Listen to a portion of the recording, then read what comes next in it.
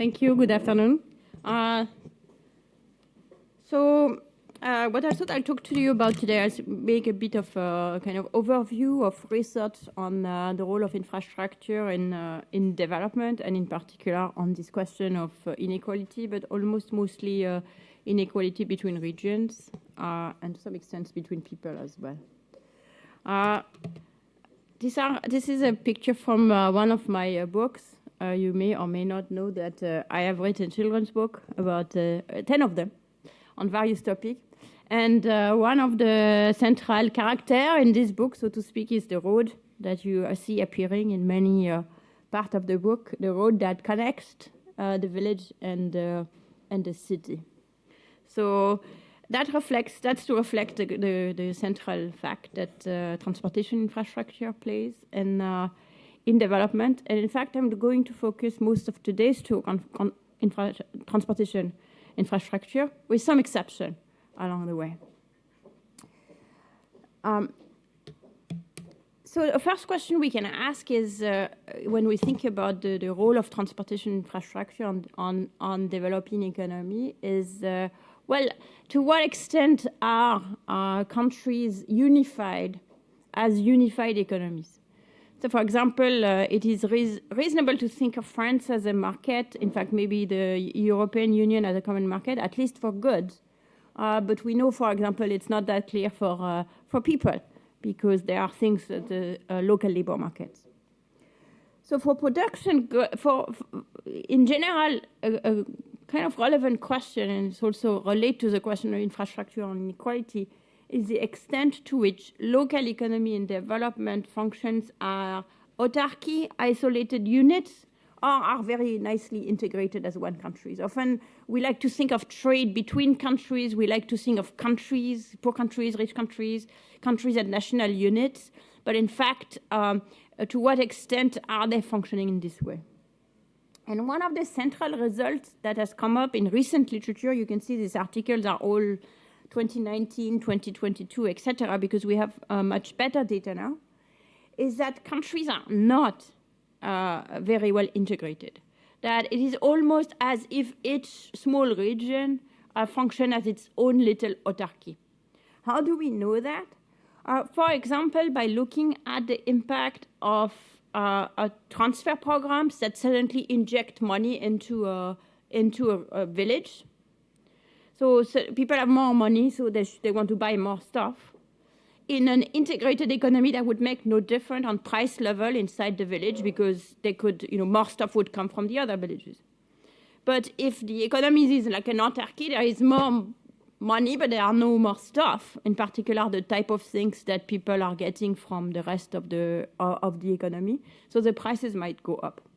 And that's what you see in this first paper. They look at the cash transfer program to help poor family, and that put money into villages. You have treatment villages and control villages, and what you see is that in treatment villages, prices go up, and that's only possible because economies are so closed. You wouldn't see something like that in an open economy. Another thing you're finding from the two next papers is also looking at impact of programs that are creating labor demand. And what you're seeing, so for example, a program that are, in this instance, giving a lot of money to businesses. So there is a lot for people to want to open businesses. So there is kind of local development of the local economy. And the question is whether that leads to a multiplier effect, meaning as these businesses produce more things, they hire more people, and wages go up, and demand goes up, and other businesses also find things to do. So even the people that are not directly targeted by the transfer program, everyone is boosted. Again, this can only happen in a closed economy, because in a local economy, the demand from these businesses would kind of be washed away in the entire country. And what you're finding are very large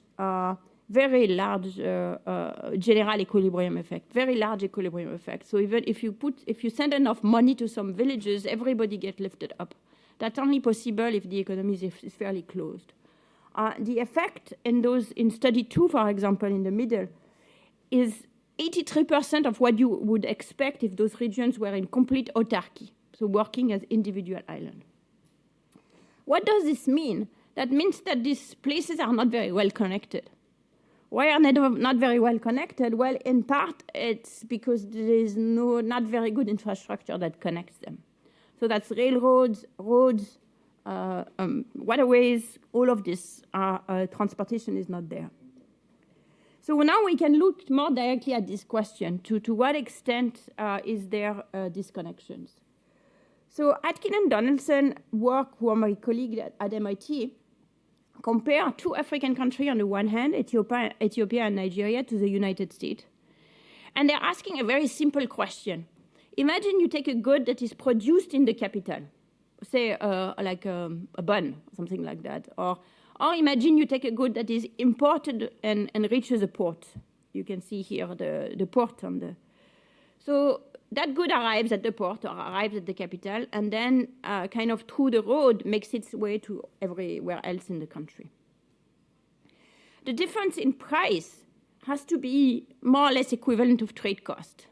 There is a little bit of a adjustment made for the fact that you might have local monopolies, but it's about that because you have the shirt that is produced, it costs 20 rupees or 20 whatever, a Kenyan shilling in Nairobi, and by the time it makes it to somewhere in the interior, it sells for 40 shilling, then that difference is a trade cost.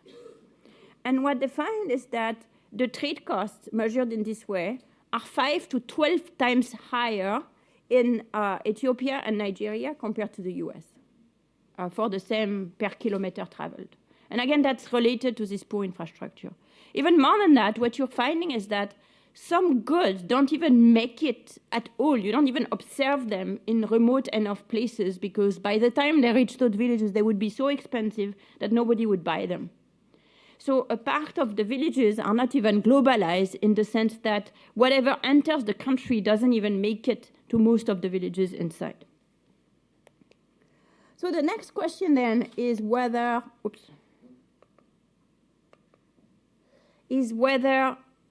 that changes. So this is, here I'm giving you just, so far I've given you a kind of snapshot in time and argued that economies are not very well integrated in those two ways.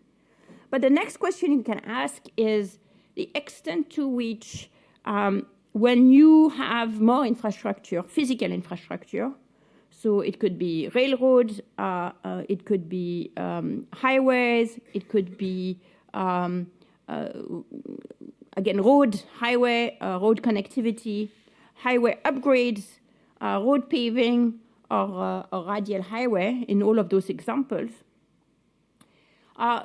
Now you can look at the effect of the introduction of this infrastructure over time. You had no infrastructure, now you have infrastructure. Is it enough to reduce the trade cost in a significant way? So this is what all these people do, and all of them are have clever strategies to do it. I'm not going to go in detail on how they do it, but I'll focus on the first one, the Donaldson study on India. So what he looks at is the construction of the India waterway and railway network from 1853 to 1930. It's not exactly recent history, but that's a beautiful paper, and that also gives you a sense of what happened with the construction of a massive infrastructure project. So first of all, how massive what is. So at the beginning, the only way to transport goods in India was reasonable, was waterways. Otherwise, you had ox cart for a segment of road, but you couldn't do a lot of ways this way. And then over time, the British construct more and more and more and more and more railroads covering all over the countries. So by 1930, you really have a lot of railroad. So what he's interested in knowing first, and so the first step of the analysis is, okay, to what extent did this reduce trade costs? And what he does is that he looks at salt. And salt is a very homogeneous commodity. You get it in one place, you sell it in another place, that's the same thing. So if you look at the difference in the price of salt between and this particular salt, there is one salt mine, which is there in the north on the place, and then there is a salt lake. So if you look at the salt that goes from the Kohat salt mine to everywhere else in the country, the difference in price at the beginning of its way and then wherever else in the countries is a very good indication of what the trade cost might have been. So before the railroad came, if you wanted to take salt and bring it, say, to Kolkata, which was a major center of economic activity at the time, you had to take a waterway to the sea and then go all around India and then come back. Or maybe you could go by ox cart till this river in the north and then go this way. But then progressively this railroad appears. What it does is that it looks at the various places where salt is originating from, and it looks at the price difference at the arrival and at the end where it is consumed, which are nicely reported in gazettes by the British. And then it looks over time as various pieces and bits and pieces of railroad are constructed, how this price difference shrink.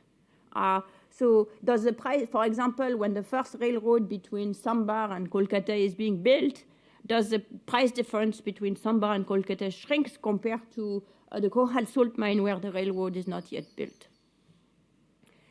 And then using this source of variation, you can look at the cost of transportation along the lowest cost option. So at every point of time, you can say, well, what's my lowest cost for going from any district to any district? And you can see how that changes over time and depending on the district as a function of the construction of the road. And you get this results that compared to rail, the road was more than twice, the cost of transporting by road was more than twice the cost of transporting by rail. River was also about twice, and if you had to go by sea, it was very expensive, 6 times the cost of rail. So if that's the only way you had, then it would be super expensive. So that's kind of a sign of the kind of very first quantitative investigation of the role of the rail in reducing the trade cost. Then the next thing you can do is to say, well, did that increase, did the advent of the rail increase GDP? So what you can do is to look at in each of the districts in India, look at the district level GDP, which again we have good data for a long time going back. And what it sees is that compare again before and after acquiring a railroad station, comparing a place that doesn't acquire one to a place that acquires one, you find that getting your railroad station increases your GDP by 18%. Now, one kind of possible alternative explanation, one we could interpret saying, well, railroad increased GDP.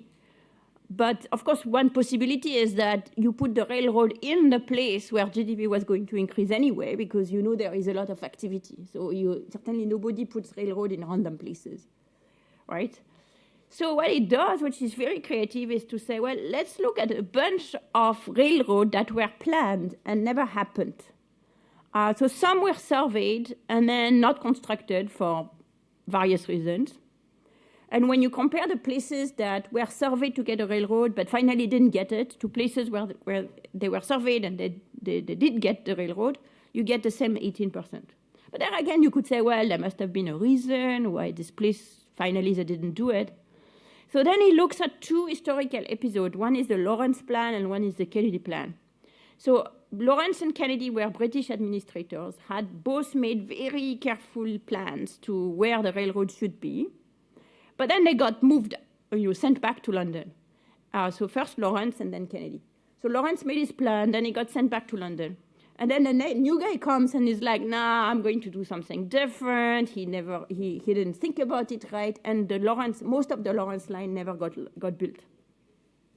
So you can compare the Lawrence plan to the railroad, the plan, all of those places that were scheduled but didn't happen because the guy changed, versus the one that were scheduled and did happen because they had time to happen before he left.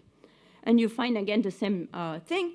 And then same again with Kennedy. So a new guy comes, makes a new plan, moved to London before they have time to execute, and the plan is shelved.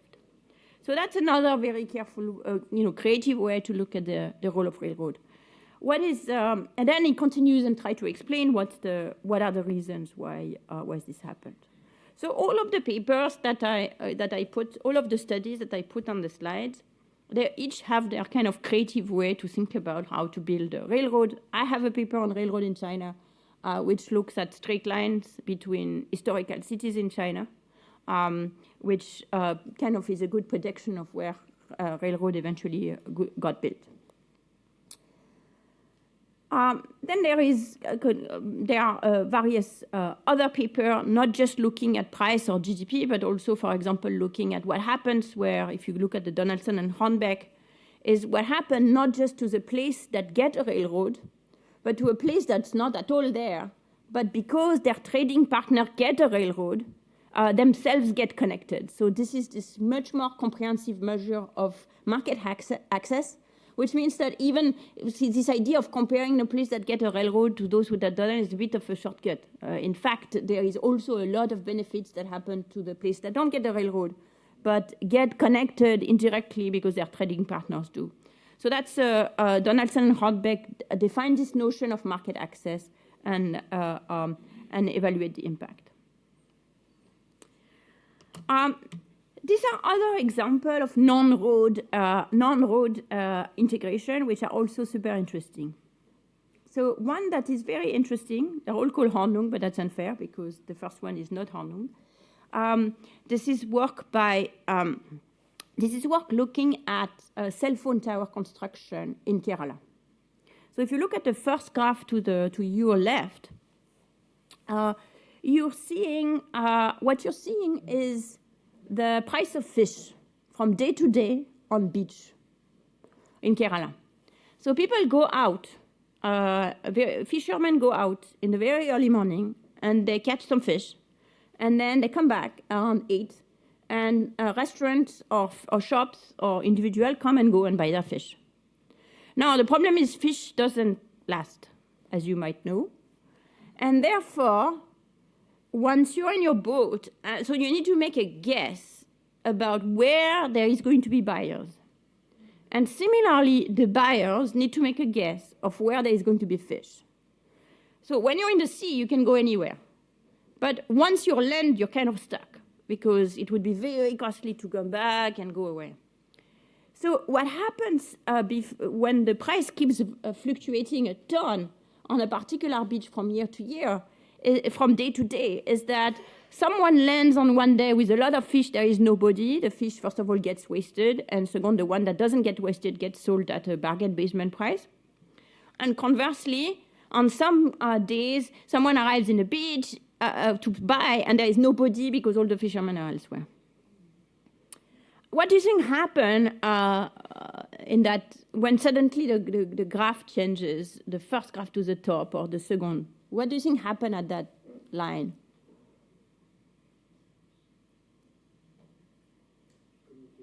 Communication. So what happens is that a cell phone tower is built. So they built a cell phone tower from north to south. And so this region gets covered by cell phone tower. So now what the people do is that they call, before going to the beach, they call to all of the buyers and say, where are you going to be? What do you need? What do you need today? And then they bring their boat where there is going to be a buyer. So as a result, the variation in the price so first of all, the waste goes away because people only go to places that are where there is a buyer and a seller. And second of all, the price variability collapses because there is correct adequation of supply and demand, at least at the micro level. Obviously, you're still constrained by how much fish there is around. So you see that happening in region 2, and then you see that happening in region 3. Another thing that happened, and that's the second graph here, is that the buyer, which also related to the integration, is that a side effect of having integration in this fish market is that you have integration in boat market. Because what happens is that now the fishermen are used to go in lots of places. Before they always went to the same beach, and then what happens. But now they keep traveling from one beach to the next. And as a result, they see many more different boats, and they see many different boat makers. So when before they were kind of whatever reliant on what their local boat maker could or would do, now they meet other boat makers, and the good boat maker basically steal the market from the bad boat maker. And so you find a great improvement in the productivity of boat making and the quality of boat making through this integration, due to this integration of the market. So that's another kind of interesting effect of a different type of infrastructure. So this was kind of the first half of what I wanted to talk about, which is the role, the central role of infrastructure in development, and how we economists try to get at those type of questions. The second thing I wanted to talk about is the relationship between infrastructure and climate change. I'm sure you're keenly aware of those, but I wanted to give some example of the threat of climate change on infrastructure. This is another picture from my book. There is a lot of rain and a flood, illustrating what happened, for example, very recently in a typhoon in Bangladesh, a few years ago, massive floods in Pakistan, and even a few years ago, longer ago, I think in 2012, a major flooding in Pakistan. And this paper looks at the impact of this flooding on farms, both the impact on farms that were directly affected, the impact of farms whose trading partners were affected, and what I want to talk about today, the impact of farms which were affected by the destruction of the road between them and their trading partner. So they might be fine, they might not be covered by the flood, their partner might be fine, but the road is broken. So this happened in this flood, that a lot of the road, major road infrastructure got destroyed in the 2015 flood. For example, there is here one example: flood water swept away a 300-foot portion of a highway, and of course it takes time to repair and all that. So what she looks at in this for the route is that you see the trading volume for a place that will eventually have a route flooded between themselves and their partner. Before they are kind of similar to everyone else, and then so this is the people whose trading pairs whose route is going to be closed by the flood. Before and after, they are actually closed by the flood. And so before there is nothing, and after you're seeing that their trade level between themselves and the partner starts to collapse, and then it never recovers. So what happens is that even after the route is built back, because the trading relation is lost, then it's kind of too costly to repair that relation, and that pair kind of never really recovers. You can see it doesn't go back up even after months and months and months when the roads are actually repaired. So that tells you the role of the road of the roads, but also the danger posed by climate change. To finish, I want to cover a few issues to keep in mind that have to do with inequality. The first one is to keep in mind the unequal costs, unequal burden of infrastructure construction on different people. I have a paper on dams in India called Dams. And what the paper looks is the impact of large dams.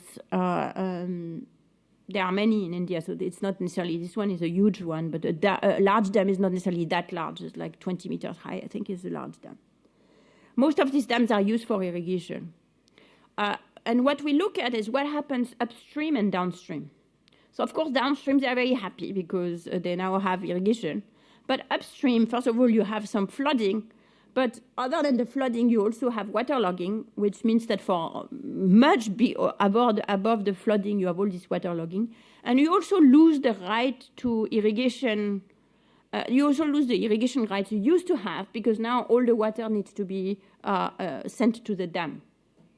So the gains downstream are larger than the loss upstream. That's why you build the dams. But there was no, what we show is that poverty went up significantly upstream, while it went down downstream.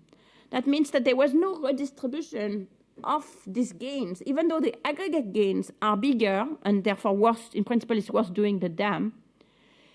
There was a failure of redistribution to compensate the people who were losing, and that's a kind of fundamental problem. So in the absence of this compensation, poverty increased upstream, and also, therefore, a kind of revolts and that type of things. And this was worse in places that were historically conflictual. So that's the problem with inequality of distribution of costs. And then there is also the potential problem of inequality of distribution of benefits. So I talked about the great benefits of the railroad in India, increasing the GDP and market access in the US, but that didn't talk much about how these benefits are distributed.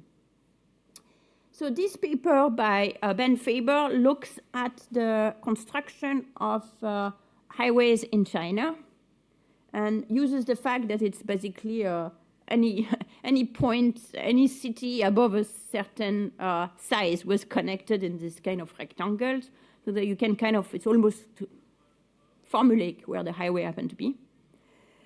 And what it shows is that the construction of the highways benefits the places that are far away but connected by the highway, but hurt anybody in between.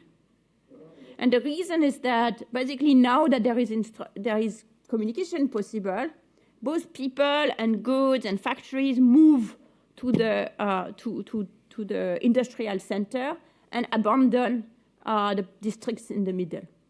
So in this case, it's not the distribution of cost that is unequal, it's the distribution of benefit, where the impact of the road is actually a net loss for people who are too close from it, but are not at either end of it. Another issue that is related to the potential inequality in costs is what happens during road construction itself. This is another paper by Claire Balboni, which looks at pollution caused by road construction. So road construction itself is a very polluting enterprise. It generates a lot of dust.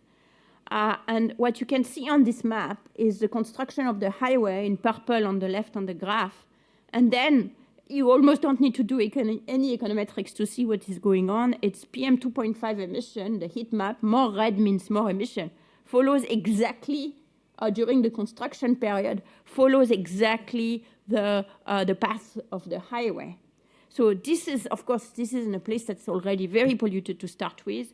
These are absolutely mind-boggling level of particulate matters, which, of course, the PM 2.5 are the ones that goes into your bloodstream and your brain and your lung and is really bad for people.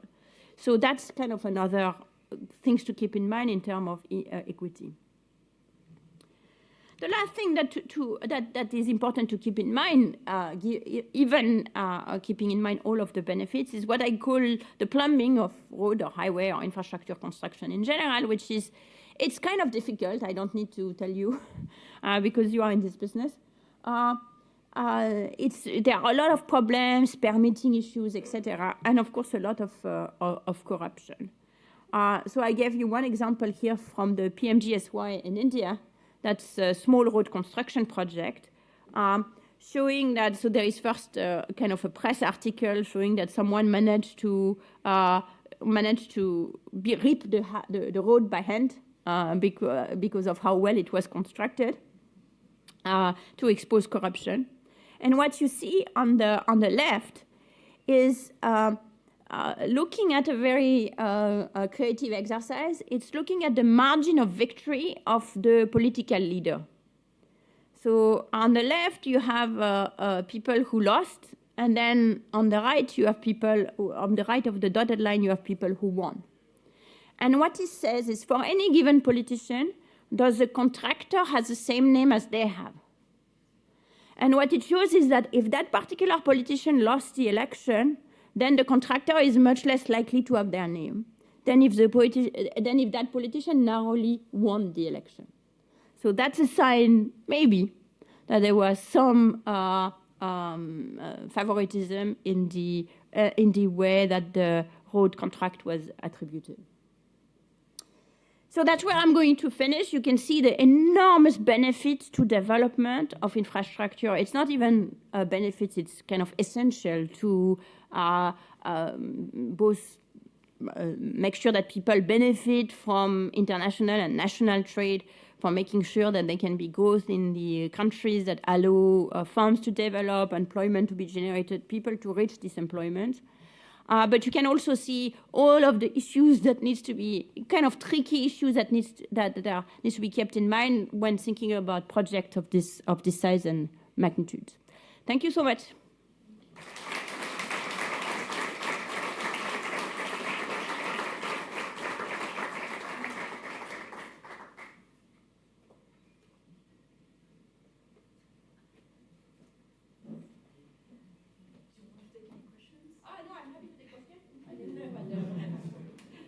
I didn't know what the plan was.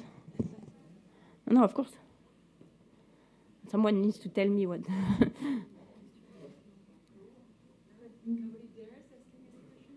Oh, no. Usually that means there are a lot of questions, but people are shy. Yeah, you please go ahead. So you are building very good arguments for interconnection, right? So how do you then judge the plans for the urban planning? Like we heard that the 15 minutes districts, 15 minutes within the city, so which means that, okay, people will be living in some kind of areas where you have everything that you need within a walking distance, and you don't need to go elsewhere. And that will be the kind of ideal setting for what we hear now. So does it contradict your thesis, or it's... No, I don't think so. I think it's orthogonal because so suppose you're going to have everything you need in one setting, but I don't think we're going back to the idea that you need to produce everything you need in one setting. That would be a great leap forward, you know, like the Mao Zedong revolution of putting a steel industry in every backyard. So I don't think that's the plan. The plan is that, if I understand, you probably know more about the 15-minute city or 30-minute districts that I do. The plan is the services are being provided close by. And obviously the goods are going to come from wherever. So in order for that system to work, actually, you're going to need as good connections as possible between centers so that things can come to them. So say you have you make sure that everybody has access to a school. Kids in the school are going to need to eat, and that's going to, if it's very expensive to provide food in the school because it's produced locally, and then that's not going to be feasible. So I think that's actually connected.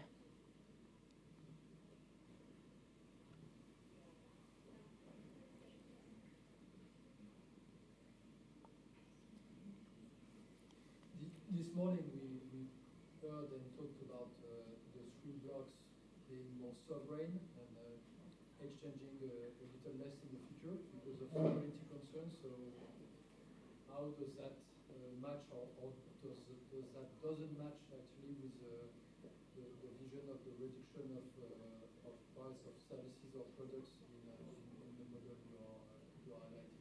So in some sense, it's orthogonal on the other end, which is obviously any disintegration of global trade is going to create trade costs, potentially infinite trade costs, if that becomes impossible, you know, if suddenly we decide that we will not trade, say, with China or something like that. But what I wanted to insist on is that the trade costs are not just a trade that the costs that are from one country to the next. That there are also considerable trade costs within countries, which we tend to ignore. And the size of this trade cost within countries might have actually bigger welfare effect on the people who live in those countries than whatever is happening internationally.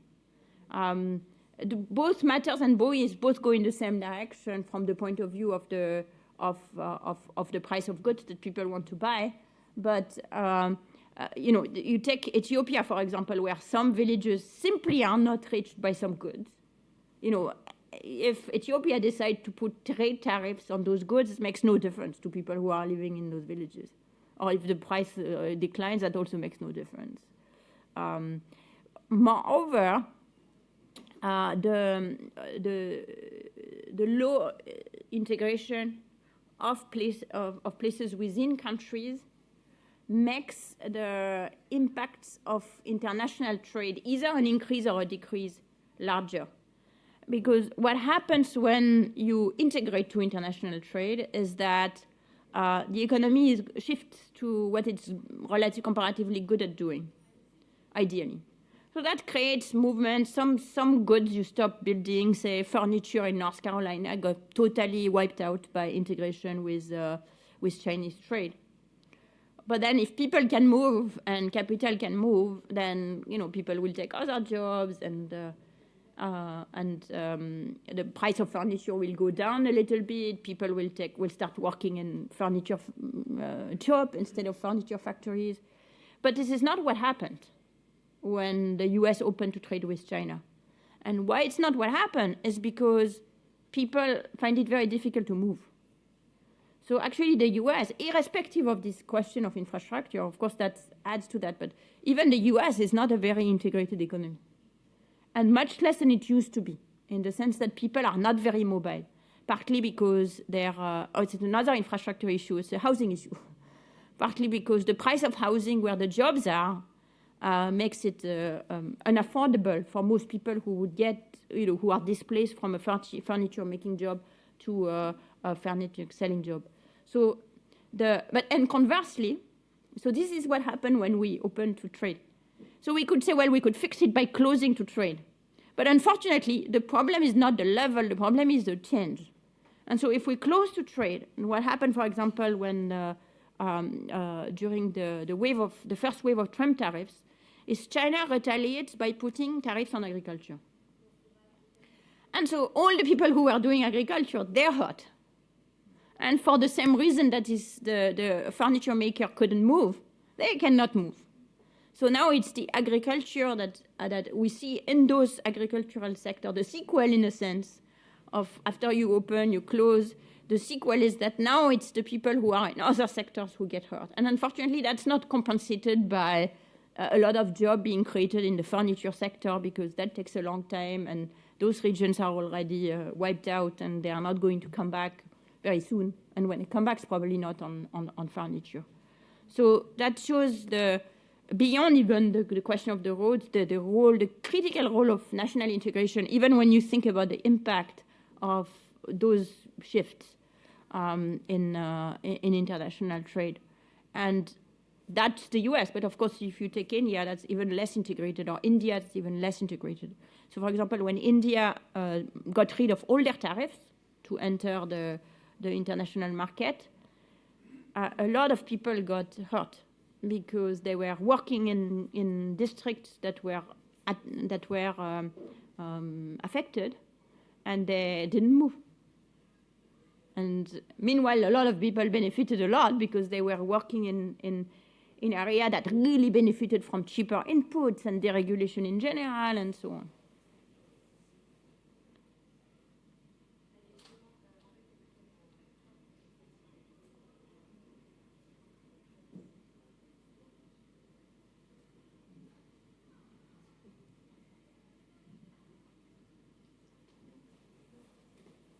There is a cost to build this infrastructure. There is a gain attached to it with the reduction of trade costs. So the more you integrate, but is there any study on where the balance is, where you achieve efficiency on your infrastructure network compared to the additional cost to get your trade costs? That's a great point.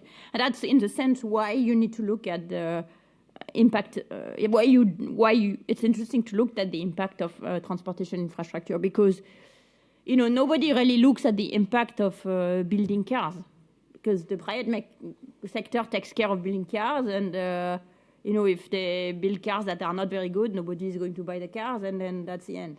It's not entirely true because even car construction has externalities and so on, but it's almost true. But with infrastructure, it's so expensive that you do need to, it's financed usually publicly. Therefore, you do need to look at the overall global effect on the economy and find the right balance point. And it's a pretty difficult exercise because of all of the, to get the totality of the effect, you need to think about, the integration. So it's exactly what this new generation of paper is doing. So I gave you a number. For each of these papers, they basically are able to tell you whether that was cost-benefit, that past cost-benefit or not. And some do and some don't, depending on the distribution of benefits and costs. So in principle, we know how to do it. This has been developed to think about the full economic impact of an infrastructure project in a country, and therefore whether that's worth doing or not. And it's absolutely right that there is a balance. There's a point where there's no point having a slightly better highway at the cost of, you reach declining marginal return.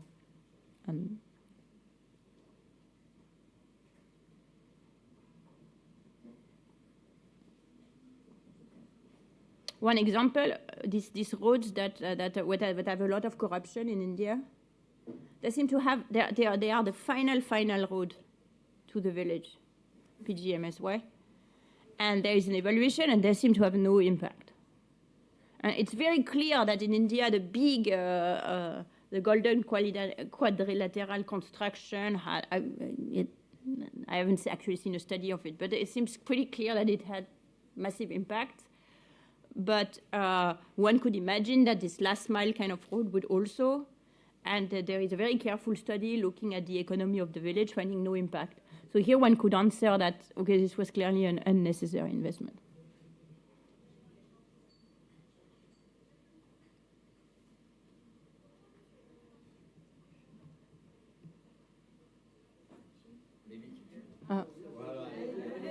Well, you have the floor. Another question, a little bit unrelated, but related to your first point on climate and infrastructure. And I think we have been talking about that this morning. What's your view on the capacity today to analyze the GDP impact of 1 additional degree in Western Europe? I think we have made a lot of progress to an extent. So there is an excellent paper by Ben Olken and Melissa Dell that looks exactly at this impact, GDP impact of temperature change. And there are also a lot of papers on general climate damage, looking at, so there is a database that got put together by the Climate Impact Lab that's headquartered at the University of Chicago, but it's really a network that has economists, climate scientists, and everyone in it. And what they have is not GDP, but it's 12,000 micro-regions, for which there is a lot of historical data, long historical data, very detailed on lots of things. Mortality, GDP, agriculture productivity, labor, how much people work, and so on. And they have a great website, so you can go and check them out, Global Impact Lab. So what they do is that they first look at, they take the IPCC prediction of climate change and map them onto this region. How much will, how many more days will you get at above 20, above 21, above 22, etc. And then in the high ranges, which is where you really see the damage coming up, 30 degrees, 31 degrees, 32 degrees. I'm talking centigrade because we are in Paris. And where you see the damage is like above 30 degrees, both on human life, productivity, production, and so on. They have farm productivity. And that's kind of a little GDP of regions. And and all these other form of damages as well. And then they look at history and they say, well, let's compare, because climate change is happening. It doesn't happen when it is in the process of happening. But what we have had over history anyways is a lot of weather variability. There are times where it's hotter. This month here in May and June was very, very cool in France. It's very hot in Greece. So there are variability from place to place, even in normal years. So what you can do is to use this variability from place to place in temperature to look at whether a particular place, a particular district, for example, in India, that's the type of region, or a particular department in France, do you get more mortality, for example, or do you get lower GDP? In that place, in a year where it's particularly hot compared to a year where it's not so hot, in comparison to another place that has, say, a shifted pattern. So this is what kind of we call panel analysis of backward looking. But then once you have this elasticity, you can project forward and you can calculate climate damages. So what it doesn't do is if they are tipping point, or this is really looking at the, projecting from the past the impact of temperature, kind of ignoring, New York flooded by water from the poles or Bangladesh disappearing underwater, because that hasn't happened in the past yet. So it doesn't have the catastrophe, but it has the kind of business as usual in a way, which is, pretty bad as it is, which allows us to answer this question. And what is interesting is that the climate damages are disproportionately, but in a huge way, much more focused on poor countries than in Western Europe. So in fact, in truth, the GDP impact of climate change on Western Europe are not that large. It's not the best reason, at least not in normal scenarios. We probably should still be concerned about it, because who knows, we could be in abnormal scenarios. But we know that in the normal scenarios, all the damages in the non-OECD countries are going to be tremendous, and including mortality. For example, the predicted impact of mortality by 2100 are 6 million extra deaths, 400,000. 6 million extra deaths, that correspond to 73 per 100,000. So that's as much as all deaths from infectious disease today combined, or all deaths from cancer. But all these extra deaths are outside the OECD. Why? Not because some people won't die of heat stroke here, but because fewer people will also die during the winter, because cold does kill people as well. So it kind of balances out in rich countries because they tend to be temperate to start with, and because they are much more protected against warm temperature with air conditioning and stuff like that. But in poor countries that are populous, already hot, and don't have the infrastructure, again, to protect themselves, including electricity and access to air conditioning and so on, that's where the mortality effect is going to be concentrated. And of course, the agricultural effect, because they are working on agriculture.